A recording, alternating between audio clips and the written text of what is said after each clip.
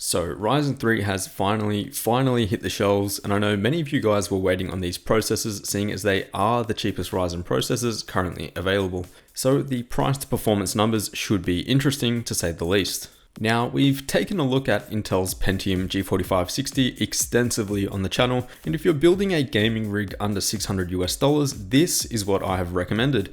But today we're going to look at if those recommendations have changed, and if you should otherwise be picking up a Ryzen 3 chip, specifically this Ryzen 3 1200 here. AMD have given us two products here when it comes to the Ryzen 3 lineup, the R3 1200, which we'll be taking a look at today, and also the 1300X. Now, we're not going to take a look at the more expensive Ryzen 3 processor, the 1300X, as I don't recommend spending the extra $20 for a slightly higher CPU clock out of the box. Both processors should have the same overclocking potential, meaning that you should be able to hit between 3.8 and 4 GHz on both processors quite easily. Save yourself the extra $20 and put it towards another area of your build. Both the R3 chips feature 4 cores without simultaneous multi-threading, with a 3.4 GHz boost clock on the R3 1200 and 3.7 GHz on the 1300X. As with all Ryzen 3, 5 and 7 processors, these cores are split across two separate core complexes, or CCXs for short. And for Ryzen 3, this means 2 cores on each separate CCX. Now, this means that communication between cores on separate CCXs is a bit slower than cores on the same one,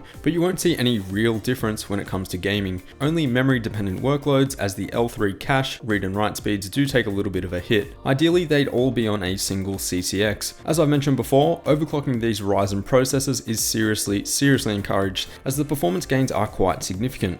Both the 1200 and the 1300X come with the Wraith Stealth Cooler, and this should be more than enough to handle these CPUs at upwards of 4 GHz. Using the Ryzen Master software, I was able to get this retail version R3 1200 up to a stable 3.9 GHz at 1.325 volts. I did manage to get a couple passes in CINEBENCH at 4 GHz at 1.4 volts, but it did crash about half of the time. So 3.9 GHz is still a very decent overclock and a nice 500 MHz boost over the stock clock speed of 3.4 GHz. Temps weren't too bad either, running the stock Wraith Stealth Cooler with load temps of around 65 degrees Celsius, although it was on an open test bench with ambient temps of around 19 degrees C. So you'd likely see that around the 70 to 75 mark in a warmer environment with a closed case. Now let's dive into the benchmarks, which were completed with 16GB of RAM clocked at 2666 MHz on the MSI B350 PC Mate motherboard running the latest update. The GPU that we'll be using for testing is an overclocked GTX 1070 with an additional 100 MHz on the core clock and 300 MHz on the memory. Ideally though, we'd be using a more powerful GPU such as the GTX 1080 or 1080 Ti, but for this video we're stuck using the 1070. This means that even though we're testing at 1080p ultra settings, the differences in some titles between all processors is not a whole lot. Do stay tuned though, as I have a more powerful graphics card on the way, and I'm very excited to redo all of the CPU testing on that. Now, I know most of you guys are going to be buying these processors for gaming, but I was also interested to see how they fare up in production workloads as well, as some of you may be interested in doing a little video editing and production work on the side. Starting off with CINEBENCH R15 with all threads enabled, and here we see the R3 1200 with a score of 526 at stock and 569 once overclocked. This slots in right between the i3 7100 and the i5 7500, which costs $70 more. This gives us a great idea of the multi-threading potential of these processors in real-world programs, so the Ryzen 3 CPU is doing quite well here. When restricting the rendering to a single thread, the stock R3 1200 moves to the bottom of the stack along with its bigger brother, the R5 1400. The single-threaded performance of these Ryzen processors is definitely not great, but that's why they're generally packed with more cores and threads than their comparatively priced Intel processors. Once overclocked though, we do see a nice little boost, and again, this is highly recommended. Now let's see how they do in a real-world task such as video encoding. Here we're encoding a 10-minute 1080p 60fps shadowplay video using the H.264 algorithm and the YouTube 1080p preset. And here we're measuring how fast each processor can encode the video. The i3 7100 and the Pentium G4560 really do quite horribly here, with the overclocked R3 1200 coming in at around 4 minutes quicker, encoding the video in just 858 seconds. Like the CINEBENCH R15 multi-threaded test, we see it right behind Intel's i5 7500, which does cost quite a bit more.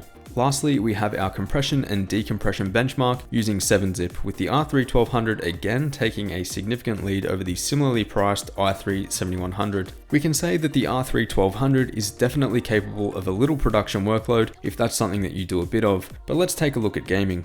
In Battlefield 1 multiplayer on the map Amiens, we see the stock R3-1200 at the bottom of the stack, so yeah, you're definitely going to want to overclock to get that nice boost in frame rate. At 3.9 GHz, the R3-1200 lands right between the Pentium G4560 and the i3-7100, which is clearly the more capable chip here. Sadly, the poor single-threaded performance of the R3 chip does hold it back a little bit in this title. In PlayerUnknown's Battlegrounds, the Ryzen 3 chip does put itself above the i3 and the Pentium processor. However, a word of warning here, and that's that this game is incredibly hard to benchmark and get reliable data on, so do take these results with a grain of salt. You could say the margin of error could be up to plus or minus 2 to 3 FPS, but for the most part, this benchmark consisted around the school area of the map, moving through all floors.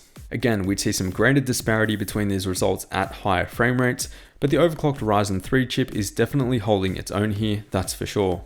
In GTA 5, with everything set to max, we see a similar story, although we are using the built-in benchmark, so we are getting far more reliable data. Again, we're seeing the R3-1200 is proving itself as a great gaming CPU for the price, and is up there with the i3-7100 in most titles. At least that's what we see in these FPS ranges. In Far Cry Primal, we can see that the Ryzen 3 processor at stock beats the Pentium G4560 and also the i3-7100 once overclocked. And again, you'd see this gap increase a little bit more with the GTX 1080 or 1080 Ti, which would be ideal for this type of testing. If you're gaming on a 60Hz panel though, which most of you probably are if you're going to buy a $100 CPU, both Intel's i3 and AMD's Ryzen 3 will provide virtually identical performance in this title. Lastly, we have Witcher 3, and here we can see just how much we're getting out of that overclock, as this is a game that loves single-threaded performance, giving us about a 7% increase over the stock results. Intel's i3 does pull ahead though, and provides slightly better performance. Let's do some price to performance analysis though, given these gaming benchmarks. Here you're looking at the amount of frames that we're getting per dollar. Essentially, I've added up the frame rate results from all of the gaming benchmarks, taken the average, and then divided that by the current price of these processors. So the Pentium G4560 is still the best performer for the dollar, and I am using its current price of $80 US. When comparing the i3-7100 and the overclocked R3-1200 though, we can see that there really isn't much of a difference when it comes to gaming. Another thing you'll want to consider is the potential upgrade path for each processor, because as you know, they both operate on different chipsets. Now, if you just want to build a $500 gaming PC and leave it at that, then both the i3-7100 and the Ryzen 3 1200 are both good budget options. But if you plan on making some upgrades every few months or so, the AM4 platform on the Ryzen 3 CPU gives you much more headroom. What I mean by this is that say you build a PC with a Ryzen 3 1200 and a B350 motherboard. The next processor upgrade that you make will likely be to the Ryzen 5 or 7, and you'll have no problem doing so. Simply buy the new processor and install it. You'll even be able to overclock it and get the full performance out of that chip without having to invest in a new motherboard. On the Intel side, however, let's say you build a PC with the i3-7100 or Pentium G4560 and plan to upgrade to the Ryzen 5 1600 or even Intel's i5-7600K down the road. Well, that means you'll also have to invest in a new motherboard, adding up to $100 or more to your upgrade cost. And that's not to mention that the AM4 platform is expected to stick around until the year 2020, giving your Ryzen build a much better lifespan. Now, before I sound like an AMD fanboy, looking at the results, there's no doubt that both Intel's i3-7100 and AMD's R3-1200 are both solid options for a budget gaming PC. But we've got to look at the facts here, and that's that Ryzen 3 is just the smarter choice, especially if you're doing a bit of CPU heavy workload on the side like video editing or rendering and plan to make a few upgrades down the road. As always, let me know your thoughts down below. Feel free to ask any questions and let me know if you're planning a Ryzen 3 build or have already built one. You can check pricing in the description, and don't forget to subscribe if you want to see more content like this in the future. Thanks for watching. I'll see you all in the next one.